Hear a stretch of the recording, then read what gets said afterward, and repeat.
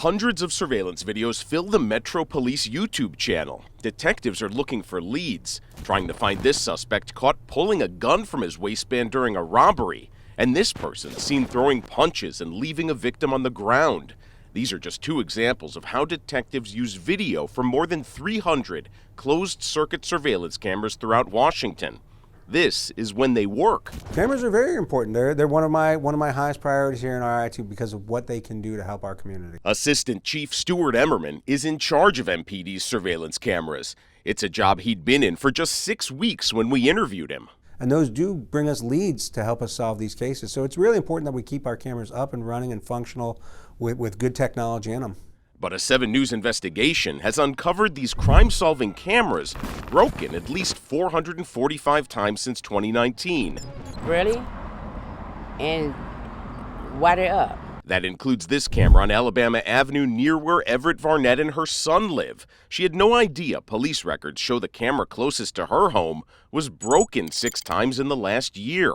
Hers is among the hundreds of DC crime cameras unable to export video, pan, tilt, zoom, or showing a blank screen for days to weeks at a time. If they're up, you expect them to work? Yes, of course. As a citizen, of course, absolutely. Our investigation discovered sometimes when the cameras go down, they miss crimes right in front of them. That is what happened here on Good Hope Road. MPD records show this camera malfunctioning as 2 assaults with dangerous weapons and a property theft happened within blocks. Yeah, so certainly that's problematic, right? I mean, the only way a video surveillance camera is going to be helpful to an investigator is if it provides visual evidence of the crime that's being investigated. Eric Pisa is a criminal justice professor at John Jay College studying crime cameras' effects. His research found working cameras increase the certainty of punishment. When we told him Metro Police records show more malfunctions than cameras, he told us this. The more time a camera is offline, the more hurtful it's going to be for investigations than for crime prevention purposes. We found multiple Metro Police detectives asking for video that didn't exist. Here in Southeast DC on Alabama Avenue, detectives were hoping that this camera would have helped them solve a sex abuse case. But a detective's notes show that a huge watermark across the image made it unusable. And here in front of Hendley Elementary School, a detective made an urgent request for video from this camera, only to discover that it wasn't panning, tilting, or zooming for 14 days. When a camera is broken, how does that affect your ability to catch a criminal?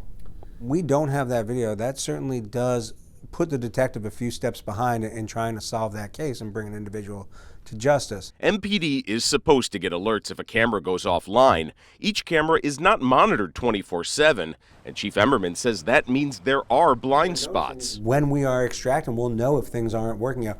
Unfortunately, but that's when your detective needs the evidence. Unfortunately, yeah. There's going to be the times. Police records show sometimes these crime cameras are targeted, shot by bullets or paintballs. Other times they're taken out by accident, cars or construction, knocking down the poles that power them.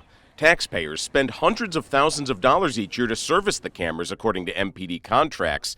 Chief Emmerman told us he's going to look into whether the contractor is doing its job. Is there any plan to be more preemptive, to look at these cameras more routinely before they break down? I think there's always an opportunity to do that. And again, with with being new to the unit, there may be stuff that they're already doing that I'm just not, up to speed on as of yet. Are you going to check into it? Absolutely.